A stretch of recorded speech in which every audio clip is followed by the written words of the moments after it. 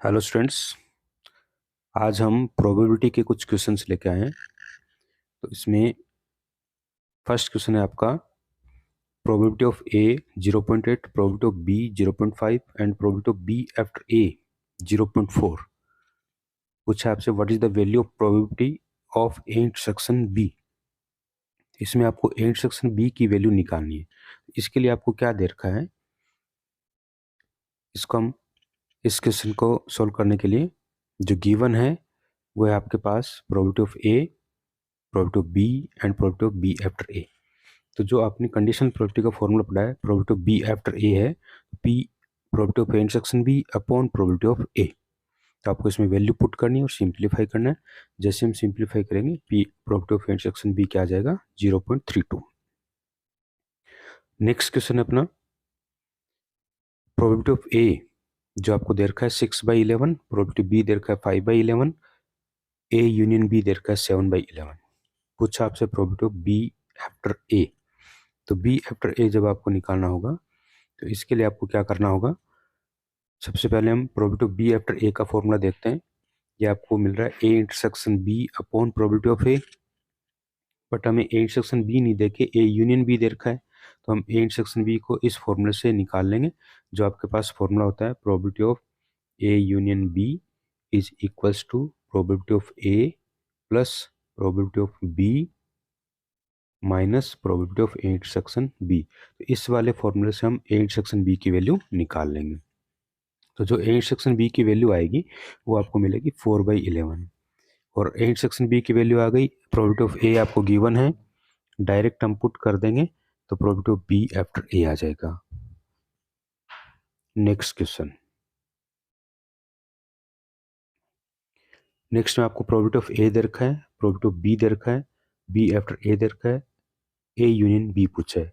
इसमें B after ए के लिए जब आपको गिवन है और ए यूनियन बी पूछा है तो ए यूनियन बी का फॉर्मूला वही हम यूज करेंगे जो पिछले क्वेश्चन में लिया था, probability of A plus probability of B minus probability of A intersection B. तो इसमें आपके पास ए इंटरसेक्शन बी नहीं है तो ए इंटरसेक्शन बी को हम बी आफ्टर ए से निकाल लेंगे। तो A after B after A का फॉर्मूला क्या होता है, बी आफ्टर ए का फॉर्मूला होता है probability of A intersection B upon probability of A. तो यहाँ से अपने पास probability of A intersection B आ जाएगा और probability of A intersection B आने के बाद हम probability of A union B निकाल लेंगे जो कि आपका 0.86 होगा। तो सिंपल कैलकुलेशन है और कुछ नहीं है, फॉर्मूला ध्यान रखना है। नेक्स्ट क्वेश्चन, ये अच्छा क्वेश्चन है। An urn contain, yes fourth question है, an urn contains 10 black and 5 white balls. 2 balls are drawn from the urn, one after the other, without replacement. Without replacement ये important चीज है। What is the probability that both drawn balls are black?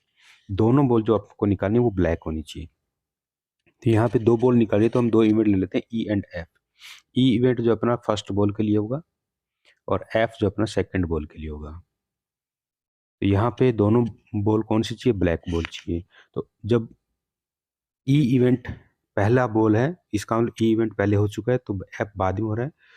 ई का होना F के होने को effective कर रहा है, क्योंकि जब एक बॉल निकल जाएगी तो टोटल बॉल अपने पास कम हो जाएगी। तो इफेक्ट जब पड़ रहा हो तो यहाँ पे इंडिपेंडेंट इवेंट नहीं होकर डिपेंडेंट इवेंट हो जाती है। और जब डिपेंडेंट इवेंट होती है तो मल्टीप्लिकेशन थ्योरम यूज होता है, ई इंटू एफ इक्वल क्या होता है, पी ई पहले हो रही है प्रोबेबिलिटी ऑफ ई इंटू में क्या हो जाएगा, ई के होने के बाद एफ की probability, that is F after E. तो इस फॉर्मूले को हम अप्लाई करेंगे। तो यहाँ पे अपने पास जब हम प्रोबेबिलिटी ई की बात करेंगे यानी फर्स्ट इवेंट को होने की बात करेंगे, दोनों अपने को ब्लैक बॉल चाहिए तो ई भी ब्लैक बॉल की प्रोबेबिलिटी होगी, दैट इज 10/15।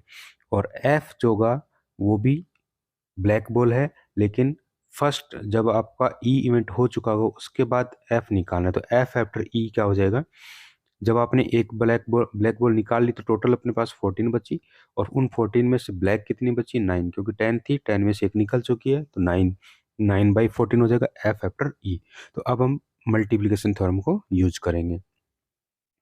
तो ये अपने पास ई इंटू एफ का फॉर्मूला क्या हो जाएगा, ई इंटरसेक्शन एफ कह सकते हैं या ई इंटू एफ अगर हम कहेंगे तो आपके पास क्या फॉर्मूला होगा,